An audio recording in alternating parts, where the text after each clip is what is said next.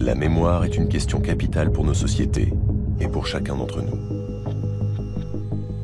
Jusqu'à aujourd'hui, différents supports nous ont permis de pérenniser nos souvenirs et de nombreuses informations.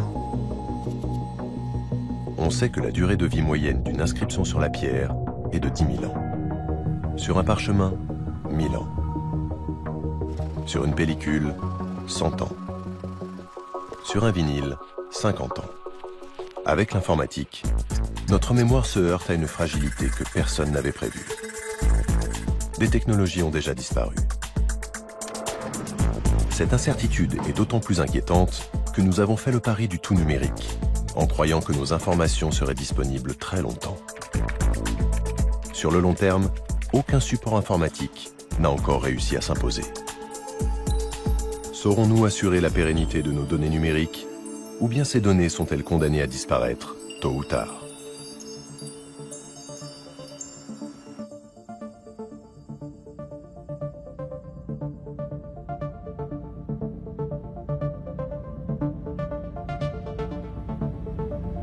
Depuis qu'est apparue l'informatique de masse, nos informations s'écrivent en langage informatique binaire. Ce langage, aux combinaisons infinies, est fondé sur des assemblages de deux chiffres, le 1 et le 0.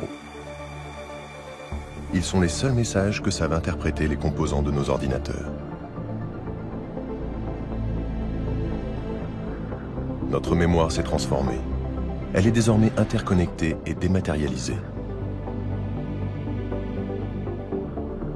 Nous lui avons confié nos informations personnelles, médicales, scientifiques, techniques, administratives.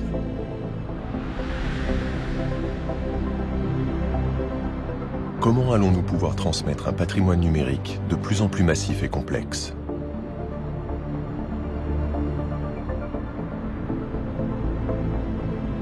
Dans les années 80, on croyait pourtant avoir découvert les secrets d'un support éternel.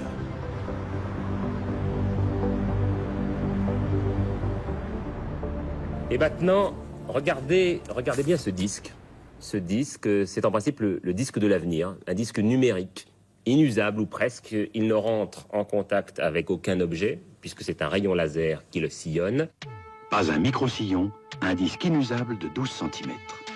Vendu comme le support numérique d'avant-garde, le CD a vite conquis le marché de la mémoire.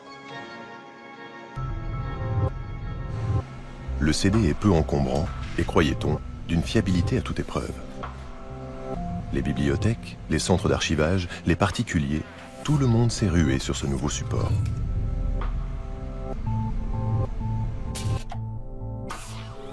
Le rayon laser d'un lecteur de CD décode les informations numérisées sur le disque.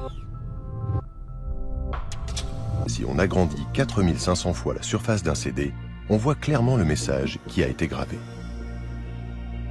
Ainsi, on constate que les zéros du langage informatique sont matérialisés par les bosses et les creux, et les 1 deviennent les intervalles entre ces bosses et ces creux. Mais en 2003, des chercheurs du Laboratoire national de métrologie et d'essais de Paris tirent le signal d'alarme. L'idée de s'occuper des disques, en fin de compte, au début où elle est née dans les années 2000, on cherchait simplement à évaluer la qualité de gravure des disques, qui était un problème. Et en faisant une vérification, un an après avoir testé un disque en termes de qualité de gravure, on a une très grande surprise. C'est qu'on ne retrouvait plus du tout les résultats de ce qu'on avait eu auparavant.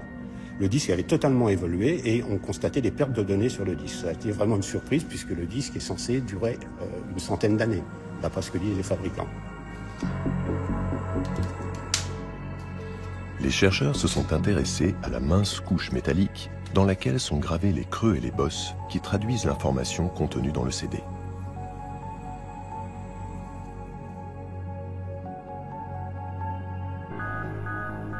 Ils ont soumis des disques de marques différentes au verdict du microscope électronique. Plusieurs d'entre eux présentaient des anomalies du même ordre.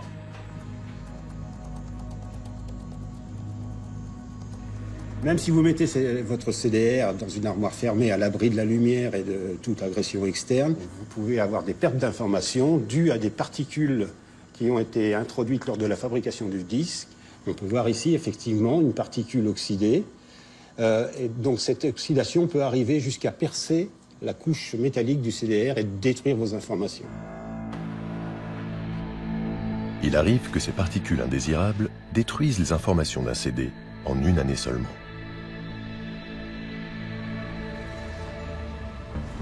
On est bien loin des promesses des débuts et on peut même se demander si le CD est un support d'archivage adapté au long terme. Pour le savoir, Jacques Perdereau et son équipe ont soumis des centaines de disques à des processus de vieillissement artificiel. Ces CD ont été exposés à des températures et des taux d'humidité élevés. Les résultats sont éloquents. Ils mettent en évidence que dans certains cas, l'encre des étiquettes collées sur les CD peut traverser l'épaisseur du disque et endommager la couche métallique contenant les informations numériques. Sur le long terme, les CD se révèlent des supports fragiles et instables. Ces tests ont aussi permis d'estimer la durée de vie moyenne de ce support. Alors, la durée de vie moyenne d'un CD, c'est assez difficile parce qu'on a vu par échantillonnage de plusieurs collections à peu près 15% des CD avaient des durées de vie de l'ordre d'1 an à 5 ans et les autres, donc les 85%, pouvaient avoir des durées de plus de 20 ans. La conclusion du laboratoire est sans appel. Aujourd'hui, le CD n'est plus considéré comme un support numérique sûr et pérenne. Qu'en est-il des disques durs auxquels la plupart d'entre nous confient leurs données? Ils sont le cœur de la mémoire de nos ordinateurs. Chaque jour, ils inscrivent des milliers d'informations numériques grâce à une mécanique aussi ingénieuse que précise. Un disque dur se compose d'un ensemble de plateaux circulaires tournant à haute vitesse. La rotation de ces disques engendre un flux d'air maintenant la tête de lecture magnétique à une distance infinitésimale de leur surface. Toute proportion gardée, cela correspond à un Concorde qui volerait à pleine vitesse à 1 mètre de la surface de la Terre. Donc on comprend que le moindre petit choc, la moindre petite poussière qui est grosse par rapport à la distance entre la tête et la galette va créer une catastrophe. Et à partir du moment où la tête a touché la galette, le disque dur est mort parce que la tête est collée contre la galette par adhésion moléculaire.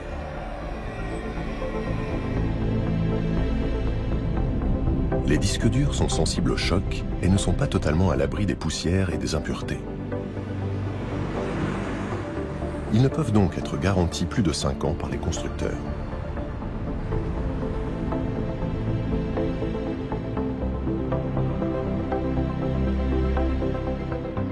La mémoire flash qui équipe nos appareils photographiques et nos clés USB serait-elle une alternative plus fiable ?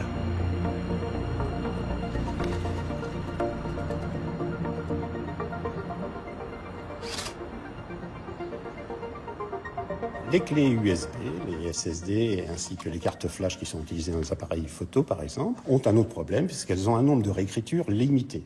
Le nombre de réécritures est certes important puisqu'il peut atteindre 100 000. Mais dans les systèmes informatiques, ces 100 000 réécritures sont rapidement atteintes.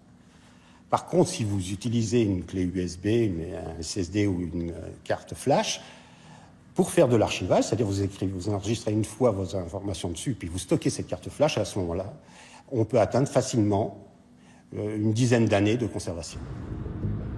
5 ans, 10 ans, 20 ans de durée de vie moyenne. Jamais dans son histoire, l'humanité n'aura stocké autant d'informations sur des supports aussi fragiles. Va-t-on pouvoir conserver notre mémoire numérique plus d'un siècle, voire plusieurs millénaires ? Dans certains domaines d'activité qui ont à prendre en charge l'archivage de données sensibles, la question se pose déjà.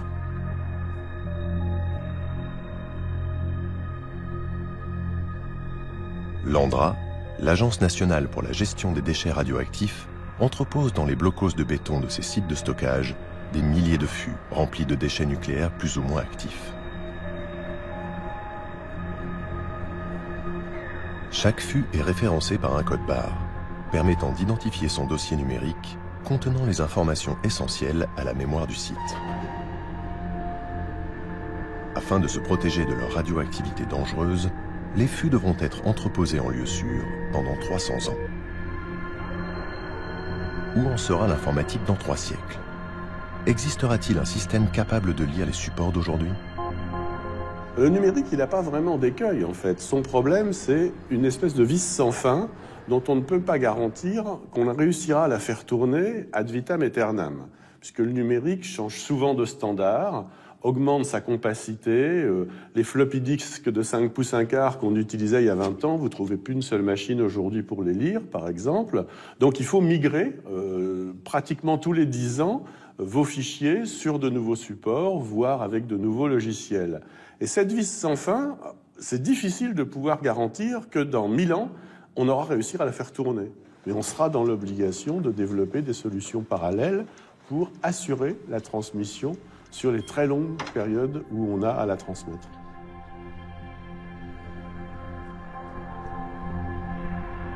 Quel support a donc été choisi afin d'épauler le numérique et offrir une sécurité de stockage assez fiable pour braver cette épreuve du temps?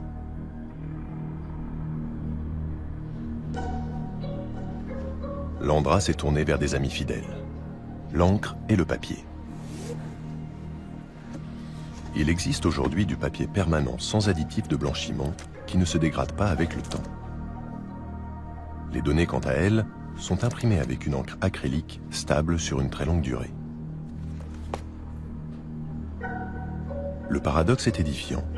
À l'échéance du siècle, le numérique ne rivalise pas avec le papier qui nous vient de l'Antiquité. Pour les déchets les plus radioactifs, on entre dans une autre échelle de temps. L'Andra projette d'enfouir à grande profondeur des matières radioactives qui ne cesseront d'être un risque que dans 500 ans, et pour certaines, dans 5000 ans.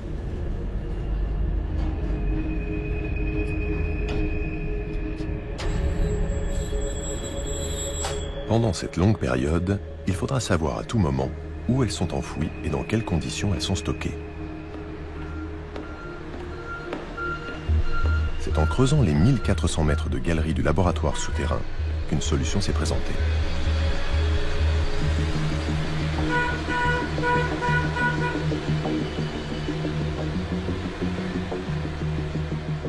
Donc dans la mémoire à très long terme, si on imagine un grand nombre de millénaires, une des pistes qu'on explore, c'est d'utiliser ce qu'on appelle des verses, c'est-à-dire là où on a mis la matière qu'on a excavée du sous-sol. Or, cette matière n'est pas géologiquement normale à l'endroit où elle va se trouver.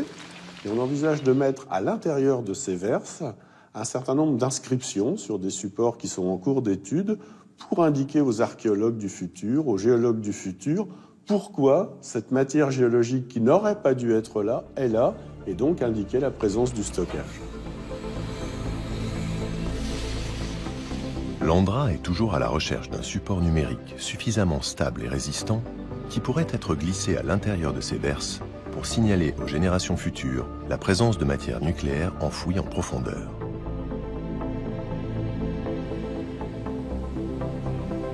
Peut-être devrait-il s'inspirer des civilisations qui nous ont adressé des messages gravés dans la roche il y a très longtemps. Ce sont par exemple les hiéroglyphes qui nous sont parvenus de l'Égypte ancienne.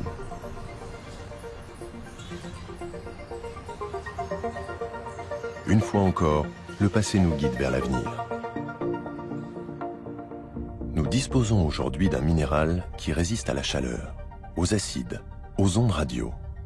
Un minéral sinon indestructible, en tout cas bien plus résistant que n'importe quel obélisque de pierre. C'est le quartz. Au Japon, les ingénieurs du laboratoire Hitachi, associés à l'université de Kyoto, travaillent sur le quartz avec l'ambition de créer le support d'archivage numérique le plus stable qu'on ait jamais conçu. Ils doivent cependant se confronter au problème de la très grande résistance de ce cristal de roche.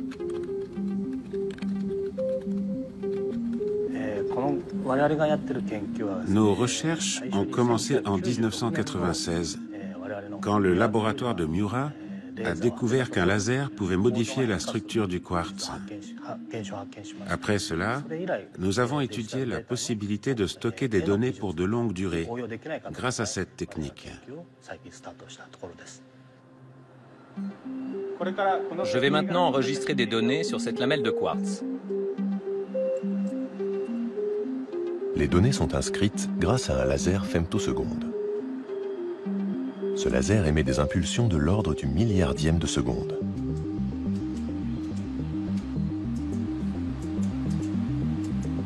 L'impact du rayon creuse des cavités microscopiques au dessin parfait. Un trou pour le 0 et un plein pour le 1 dans l'alphabet binaire. Il est possible d'inscrire des dizaines de points à la fois. L'information est gravée dans la masse et se trouve donc à l'abri des rayures et des poussières. Autre avantage du quartz, les données sont lisibles par transparence avec n'importe quel microscope.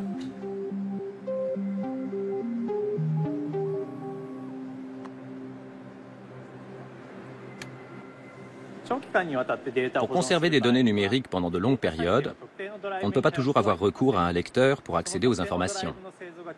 En effet, si la production des lecteurs CD, par exemple, était suspendue, la lecture des données deviendrait difficile. Avec cette technique, nous pouvons exploiter les données avec un microscope optique classique. Ainsi, nous pourrons lire facilement les données, même dans un avenir lointain.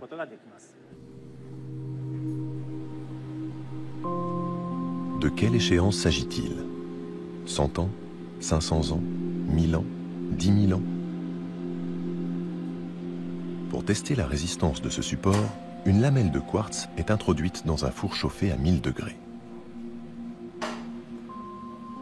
2 heures plus tard, la lamelle et les gravures sont intactes. Elle résiste également au choc thermique lorsqu'on la jette dans de l'eau à température ambiante. Un bain d'acide ne l'altère pas davantage.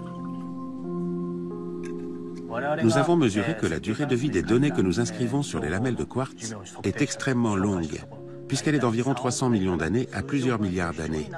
Nous pouvons donc stocker des données de manière stable pendant des durées très longues.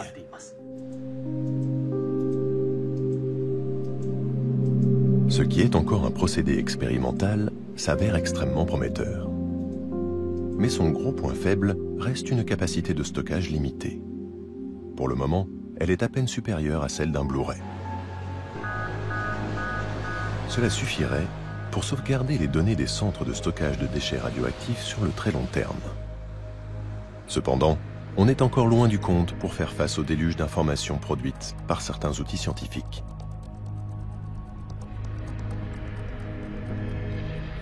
Le collisionneur de particules du CERN est un anneau géant de 27 km de circonférence, enfoui à 100 mètres sous terre, à la frontière franco-suisse. Des particules sont lancées à pleine vitesse à l'intérieur de cet anneau.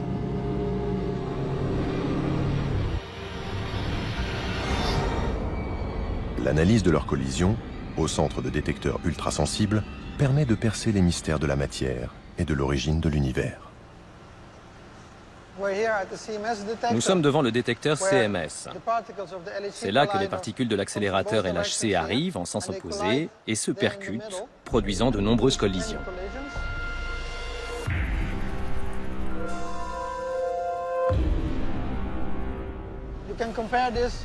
On peut plus ou moins comparer ça à un appareil photo numérique. Sauf que le capteur d'un appareil fait à peu près cette taille, alors qu'ici nous avons tout ce volume de 10 mètres par 10 mètres. L'autre différence, c'est qu'un appareil photo typique prend 15 clichés par seconde, alors qu'il s'agit ici de 40 millions de photos par seconde. C'est comme produire 10 000 DVD par seconde. Face à un tel afflux, il faut sélectionner les informations. Des filtres électroniques ne laissent passer que celles qui sont jugées pertinentes. Et en dépit de cela, la quantité de données traitées par le centre de calcul est impressionnante. Dans un premier temps, ces données sont stockées sur des milliers de disques durs, rangés dans des baies informatiques. Ainsi, les scientifiques peuvent accéder très rapidement aux informations dont ils ont besoin pour leurs recherches. Les données enregistrées sont cependant si nombreuses que leur analyse nécessitera des décennies, même si le CERN dispose d'un réseau d'ordinateurs pouvant effectuer des millions d'opérations à la seconde.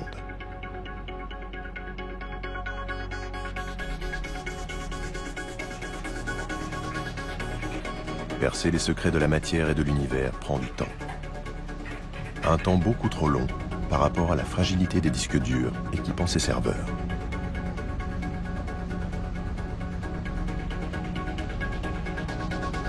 C'est pourquoi les informaticiens du CERN ont dû se tourner vers un autre support pour assurer l'archivage de leurs précieuses données sur le long terme.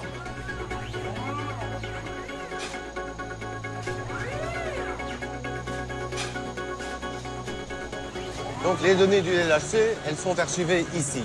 Ici, ça veut dire dans ces cartouches qui contiennent des bandes magnétiques et que des unités robotisées telles que celle-ci vont aller chercher lorsque le physicien aura besoin de rappeler, de réanalyser ces données.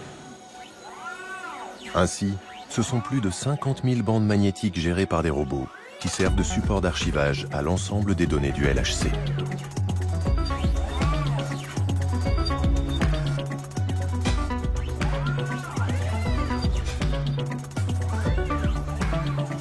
Pourquoi les bandes magnétiques? En fait, ça fait 15-20 ans, au moins depuis que je suis ici, qu'on se pose toujours la question, mais est-ce qu'on ne va pas changer de système? En fait, non. Et il y a plusieurs raisons pour ça. D'une part, et des analyses récentes le montrent, la fiabilité des bandes magnétiques est d'un facteur 1000 meilleur que les disques. Deuxième chose, les bandes magnétiques, lorsqu'on ne les utilise pas, ça ne consomme pas d'électricité. Troisième chose, si on laisse tomber par exemple un disque dur par terre, il y a des grandes chances pour qu'il soit détruit à jamais. Une bande magnétique, ce n'est pas le cas. Ce sera l'enveloppe plastique et on parviendra à relire les données. Preuve de leur fiabilité, les premiers ordinateurs des années 50 utilisaient déjà des bandes magnétiques. Depuis cette époque pionnière, la densité de stockage des bandes ne cesse d'augmenter. La capacité de stockage des bandes magnétiques, comme pour les disques et comme pour la densité des transistors sur un processeur, a des limites. Néanmoins, aujourd'hui, il a été montré par plusieurs constructeurs dans les laboratoires des bandes magnétiques pouvant atteindre la capacité de 50 téraoctets par cartouche. Donc on est à peu près à un facteur 10 encore de ces limites théoriques. Même si elles nous paraissent gigantesques, les quantités d'informations générées par le LHC ne sont qu'une goutte d'eau dans l'océan de données que nous produisons tous à l'échelle de la planète. En 24 heures, 145 milliards d'emails sont échangés. On compte 4,5 milliards de requêtes sur Internet. Chaque jour, nous générons 2,5 trillions d'octets de données. Ces nombres astronomiques sont difficiles à imaginer, si bien que l'informatique a dû inventer sa propre échelle de grandeur, basée sur l'octet. Un octet est composé d'une alternance de 8 zéros et de 1. Ainsi, l'affichage d'une lettre correspond à un octet. Une page, 3 kilooctets. 300 pages, 1 mégaoctet. Une bibliothèque, 1 gigaoctet. 5 bibliothèques, 1 DVD. 6 millions de livres, 1 téraoctet ou une pile de 200 DVD. Une pile de DVD haute de 200 mètres représente un pétaoctet. Une pile de DVD de 1 km, 5 hexaoctets, soit toute l'information produite par l'humanité jusqu'à 2003. Une pile de DVD reliant la Terre à la Lune représente 1,8 zétaoctets, soit toute l'information produite durant l'année 2011. Une pile de DVD reliant Mars et le Soleil représente un iotaoctet, soit le volume de l'information numérique générée d'ici 5 ans. À première vue, aucun support existant ne serait apte à stocker une telle masse de données. Est-ce à dire que nos sociétés sont confrontées à une impasse? Certainement pas. Les scientifiques en charge du stockage de données ont compris qu'il fallait maintenant changer de logique. Ils s'intéressent désormais à un dispositif que nous portons en nous et qui a prouvé son efficacité.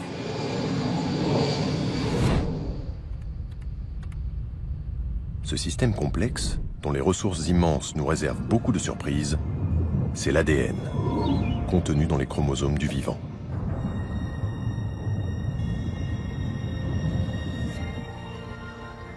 Nick Goldman et son équipe explorent cet aspect-là de l'ADN au European Bioinformatics Institute, installé en Angleterre.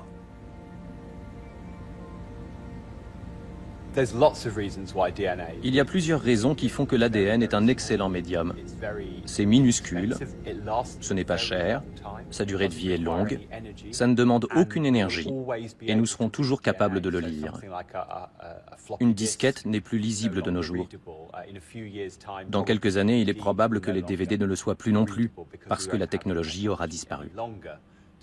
Mais on aura toujours une technologie qui nous permettra de lire l'ADN, parce qu'il s'agit d'informations concernant notre propre génome.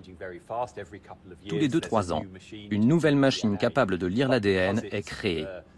C'est une technologie qui évolue très rapidement en ce moment.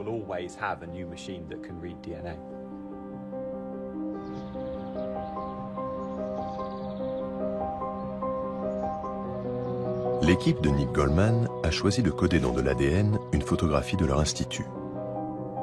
Un texte sur la génétique, des sonnets de Shakespeare et un fichier audio du fameux discours de Luther King, I Have a Dream.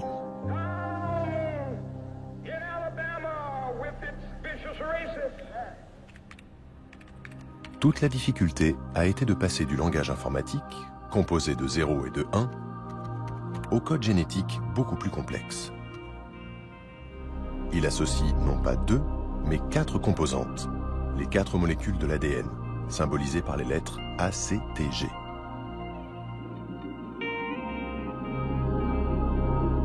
Ce sont ces 4 éléments qui se sont combinés au fond des océans il y a des millions d'années pour composer l'alphabet du vivant.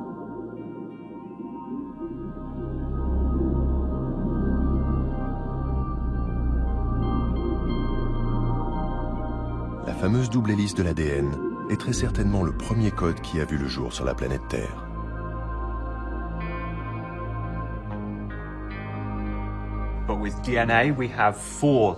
Avec l'ADN, nous pouvons utiliser 4 lettres. C'est un peu comme un Lego, avec des briques de 4 couleurs différentes. On peut les assembler dans n'importe quel ordre afin de créer un message. Nous avons inventé un code utilisant ces différentes lettres de l'ADN. Chaque bloc représente un 0 ou un 1, et nous pouvons les assembler dans n'importe quel ordre afin de créer un message assez long. Notre code permet cette conversion, tout en minimisant le nombre d'erreurs que la lecture et l'écriture de l'ADN pourraient provoquer. Nick Goldman et son équipe sont partis des 0 et des 1 codant la photo, les textes et le fichier audio. Ils ont ensuite appliqué leur code mathématique permettant de passer de ce langage binaire aux 4 lettres ACTG qui codent l'ADN. La photographie, les textes et le discours ont été ainsi fractionnés en milliers de segments ADN. Ceux-ci sont ensuite fabriqués chimiquement. À l'issue du processus, le message informatique d'origine est écrit sur des milliers de brins d'ADN artificiels inertes.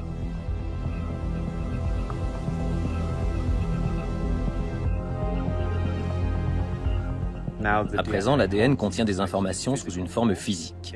Le tube semble vide, mais en fait, il y a un tout petit brin d'ADN dedans. Nous l'avons envoyé au laboratoire à Heidelberg pour qu'il le décode. À partir de là, l'informatique laisse la place à la génétique. Afin de tester le procédé, les brins ont été acheminés à l'European Molecular Biology Laboratory en Allemagne pour être décodés.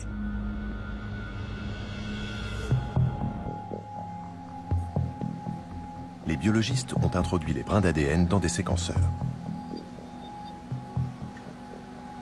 Ces appareils vont permettre de retrouver les combinaisons des lettres ACTG.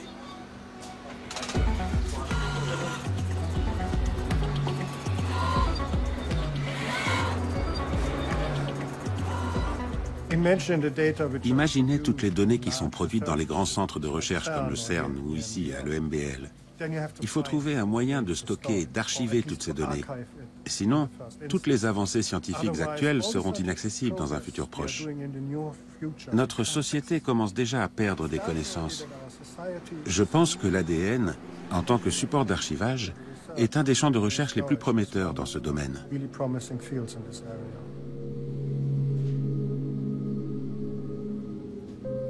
Autre avantage de l'ADN, c'est un matériau solide qui a parfaitement résisté au transport. Pour stocker de l'ADN, 3 paramètres comptent véritablement. Il faut le conserver au froid et au sec afin d'empêcher toute réaction chimique. Dernière chose, il faut aussi le protéger de la lumière. Il n'est donc pas étonnant que les sols secs et gelés de Sibérie aient pu conserver des fragments d'ADN d'animaux morts depuis des milliers d'années.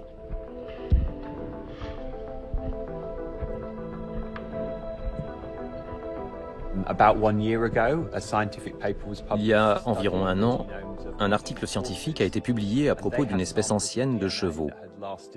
Les scientifiques sont parvenus à lire des échantillons d'ADN de cette espèce vieux de 700 000 ans.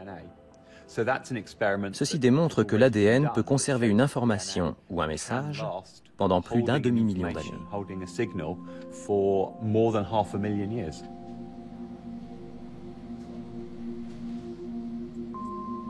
Il aura fallu près de 2 semaines à l'équipe allemande pour décrypter toutes les séquences ADN envoyées par l'Institut de recherche anglais. Tous les brins d'ADN ont été lus et le message a été intégralement retrouvé.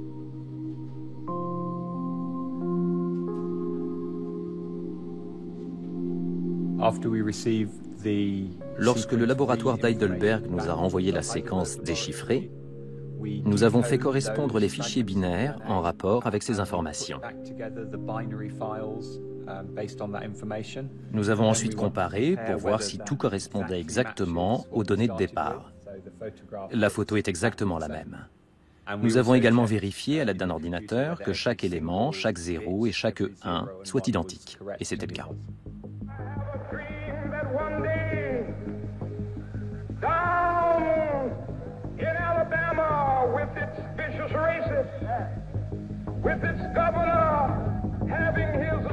Nick Goldman et ses collègues ont prouvé que l'encodage d'informations numériques dans des brins d'ADN est une alternative parfaitement réaliste, qui permettrait de plus de grandes capacités de stockage.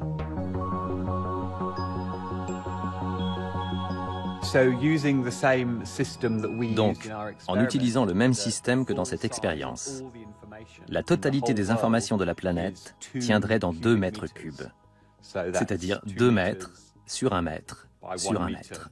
Nous pourrions faire rentrer cette masse d'informations dans le coffre d'une grosse voiture. Pour l'instant, le procédé reste expérimental, car sa mise en œuvre est complexe et onéreuse. On peut cependant imaginer, sans pour autant rêver, que dans le futur, des sites de stockage emmagasineront des millions d'éprouvettes contenant des brins d'ADN mémoire. Comme nous rangeons et classons aujourd'hui les livres dans nos bibliothèques. Ainsi, notre mémoire pourrait être figée dans le langage du vivant. La question de la pérennité serait réglée. Mais il resterait tout de même à résoudre un problème, et un problème de taille. Avec Internet, l'information est devenue instable. Un peu comme si les livres de nos bibliothèques étaient renouvelés à chaque instant. Une mémoire fidèle doit rendre compte de cette dynamique. Tous les procédés de stockage, les CD, le quartz, les bandes magnétiques et même l'ADN ne peuvent enregistrer une mémoire instable.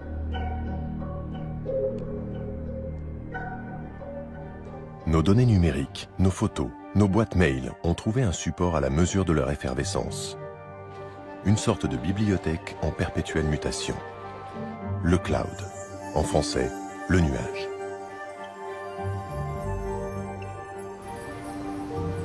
Le terme est ambigu. Il laisserait croire que nos informations numériques sont devenues totalement évanescentes. Il n'en est rien. Le cloud a bel et bien un support physique. Les data centers.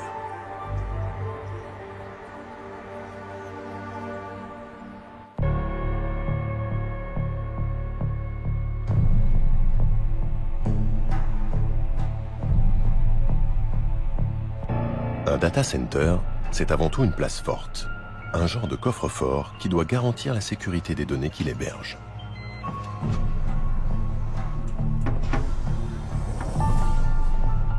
Serge Abitboul, de l'Institut national de recherche en informatique et en automatique, nous propose la visite du plus grand data center européen situé dans le nord de la France.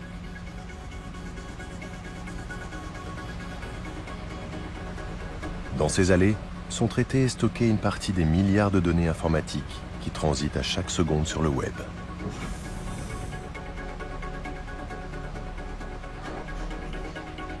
Ça, c'est une baie. Il y en a des centaines autour de nous. Ça consiste en des ordinateurs, des disques.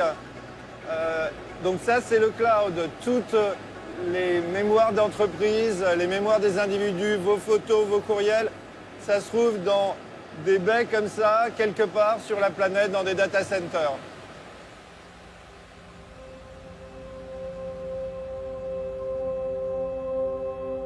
Le cloud des data centers gère notre vie numérique au quotidien, y compris une part de plus en plus importante de notre intimité.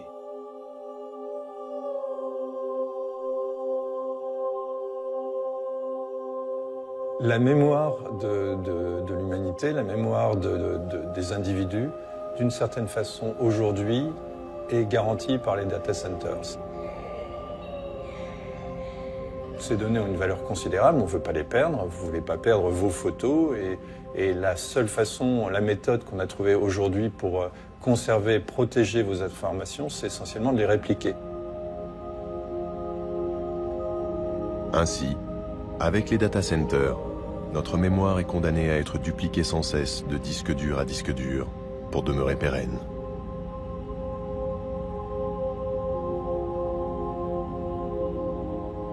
Le fait que vous pouvez prendre une information numérique et la répliquer, la reproduire, typiquement à l'infini, il y a une petite probabilité qu'il y ait une erreur qui se glisse là-dedans. Alors la question c'est une petite probabilité, peut-être qu'on peut vivre avec, mais quand on reproduit, cette petite probabilité d'erreur peut devenir grosse à terme. On a introduit dans la représentation numérique de l'information des codes correcteurs, ce qui fait qu'on va garantir que la copie sera cohérente à chaque fois. Tout message informatique, inscrit sur quelque support que ce soit, véhicule ses propres codes correcteurs d'erreur, assurant une copie parfaite des données.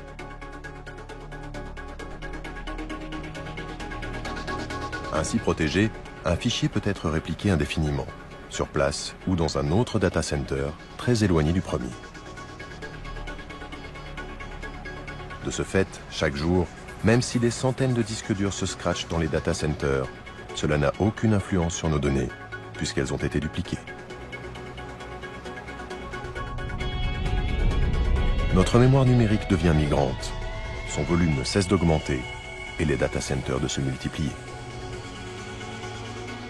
On génère de plus en plus d'informations, de connaissances, et la question se pose évidemment, est-ce que ces informations, ces connaissances seront disponibles dans 50 ans, dans 100 ans? Un chercheur ou un universitaire dans 100 ans, comment pourra-t-il étudier le web du début du XXIe siècle? Qu'est-ce qui sera disponible? Est-ce que le web, on l'aura conservé?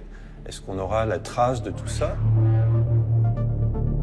Avec Internet, alimenté en continu par les data centers, l'information est désormais un flux. Le web se modifie en permanence. À chaque seconde, des pages naissent, d'autres meurent.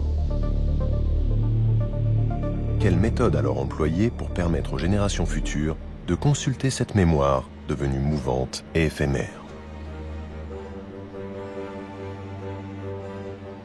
Après avoir assuré la conservation du patrimoine télévisuel et radiophonique en France, l'INA, l'Institut national de l'audiovisuel, a désormais la délicate mission d'archiver le flux Internet de tous les sites français attachés à ce secteur.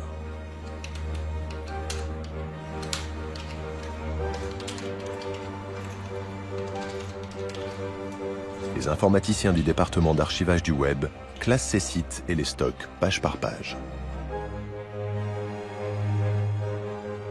Chaque page web est composée de nombreux éléments qui vont permettre son affichage, donc le texte, les images, des codes et des éléments d'affichage. Par exemple, cette page web est composée de près de 200 objets. Tous ces objets, au cours du temps, peuvent être modifiés, enrichis, ajoutés, détruits. Et donc notre mission consiste à aller le plus régulièrement possible sur chaque page.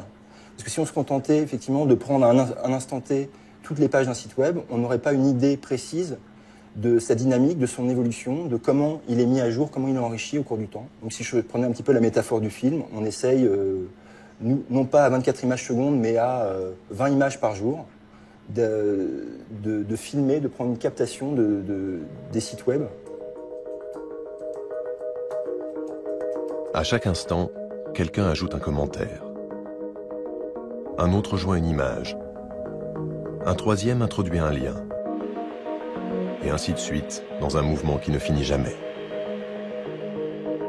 Mémoriser Internet est un travail de titan.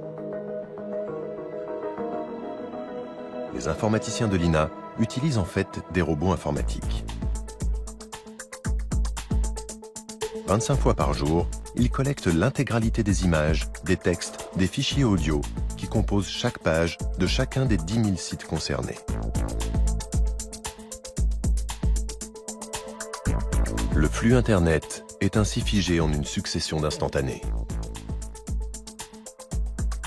En 5 ans, les techniciens de l'INA ont ainsi collecté 25 milliards de fichiers, dont 7 milliards de pages web. Cette mémoire fractionnée, stockée sur bande magnétique, sera à disposition des historiens et des chercheurs qui se pencheront un jour sur le monde tel que nous le vivons aujourd'hui. Leur tâche sera d'autant plus complexe que le web est promis à une expansion constante. Ici, chaque site est symbolisé par un point.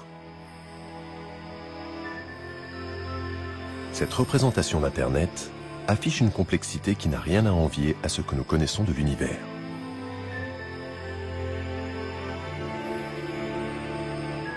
Le milliard de sites existants sur la toile a été franchi durant l'année 2014.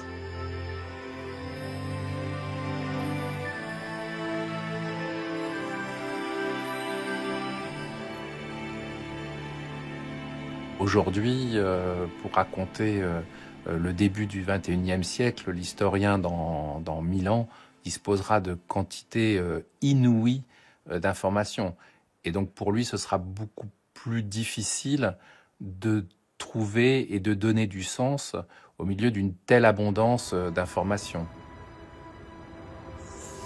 Ne risque-t-on pas de se perdre dans cette immensité ?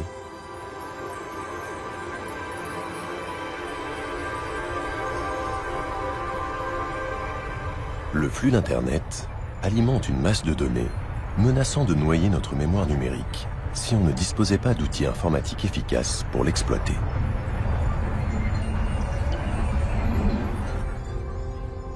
Ainsi, à Venise, des chercheurs équipés de puissants programmes d'analyse de données se lancent à la manière des archéologues dans une fouille de la plus vaste mémoire de papier du monde.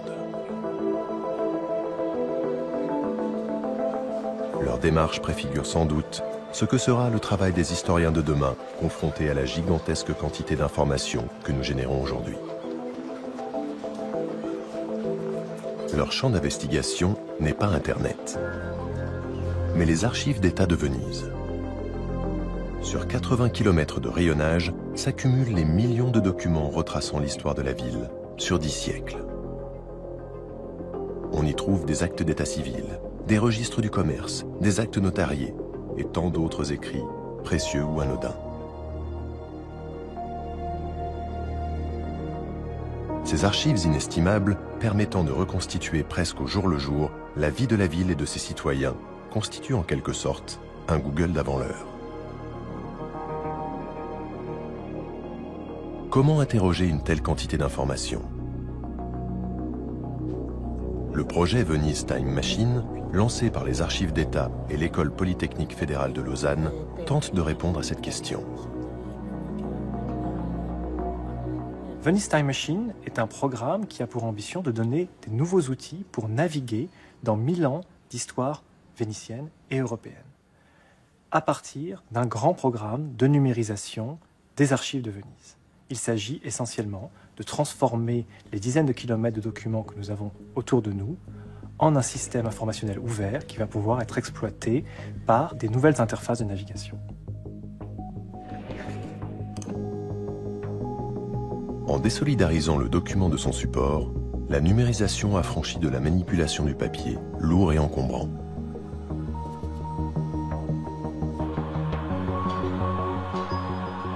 L'information est en quelque sorte mise en suspension dans l'espace numérique. Dès lors, elle devient d'une disponibilité sans limite. Un mot ou un nom propre peut être repéré quasi instantanément dans des milliers de documents épars.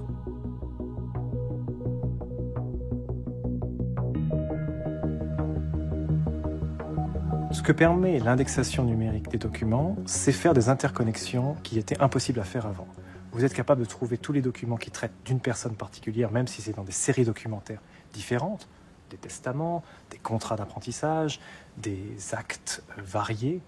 Vous êtes capable de faire la même chose pour les lieux, c'est-à-dire retrouver dans la galaxie des documents tous les documents qui font référence à un lieu particulier. Vous pouvez restreindre cette recherche dans l'espace et dans le temps. Donc autant de manières nouvelles d'accéder à l'information qui était absolument impossible à faire tant que vous aviez un catalogue classique et des registres simplement papier. Les administrateurs vénitiens de l'an 1000 se doutaient-ils qu'ils buteraient un jour sur des limites physiques?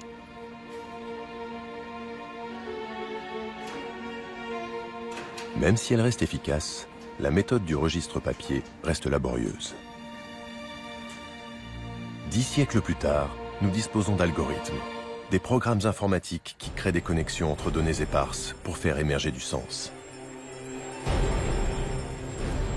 Ainsi, une autre histoire de la Sérénissime, plus subtile, plus nuancée, plus juste, se dégage-t-elle d'une masse énorme de papiers disparates. Chacun des documents que nous avons transcrits est ensuite analysé à la recherche de noms, de personnes ou de lieux. Ici, nous avons la personne de Battista Nani qui est connectée à différentes autres personnes qui ont été identifiées par l'algorithme de reconnaissance. Et petit à petit, ceci forme un premier graphe qui est associé à ce document particulier. Le même procédé est répété sur d'autres déclarations d'impôts, par exemple ici.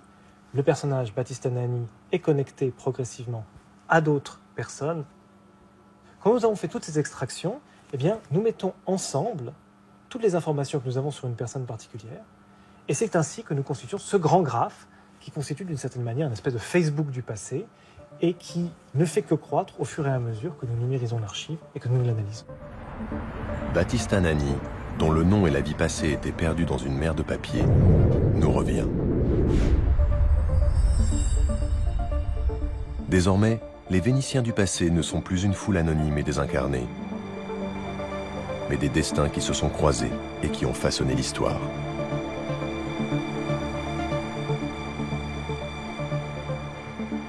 Une des grandes forces des archives à Venise, c'est qu'il y a autant de documentation sur la micro-histoire, c'est-à-dire l'histoire de tous les Vénitiens et pas simplement les grands hommes, et qui constitue véritablement la densité de la grande histoire, celle qu'on étudie d'habitude. J'espère vraiment pour le futur que les historiens qui s'intéresseront à notre époque, peut-être dans 100 ans, dans 200 ans, auront à leur disposition suffisamment de données pour reconstituer avec la même densité l'époque contemporaine. Ce n'est pas en tant que tel la fragilité ou la solidité des disques durs du futur qui nous dira ce que les données vont être conservées, c'est précisément notre capacité à mettre en place des procédures pour coder, recoder, transmettre, accompagner durant toutes ces années les données que nous aurons créées. Notre époque rassemble les mêmes types de données individuelles et collectives que celles qui ont été archivées au fil des siècles par les Vénitiens.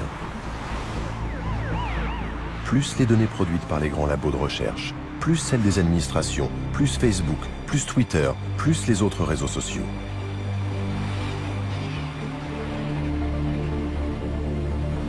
Si on ne dispose pas d'instruments permettant de naviguer dans cette masse d'informations, celles-ci seront difficilement consultables, comme les archives papier avant le lancement de la Venice Time Machine.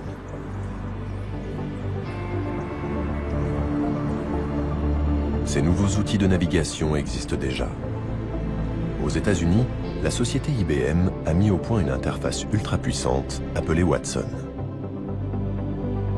Grâce à ces algorithmes, ce supercalculateur peut analyser et recouper 200 millions de pages en 3 secondes. Il se peut que demain, nous ayons sur notre ordinateur, notre téléphone portable, une interface qui, par sa puissance d'analyse et de calcul, sera en quelque sorte une prothèse mémorielle indispensable. Aujourd'hui, notre mémoire est une mémoire de masse interconnectée, consultable en permanence et qui, en dépit de la fragilité des supports actuels, ne laisse que peu de place à l'oubli.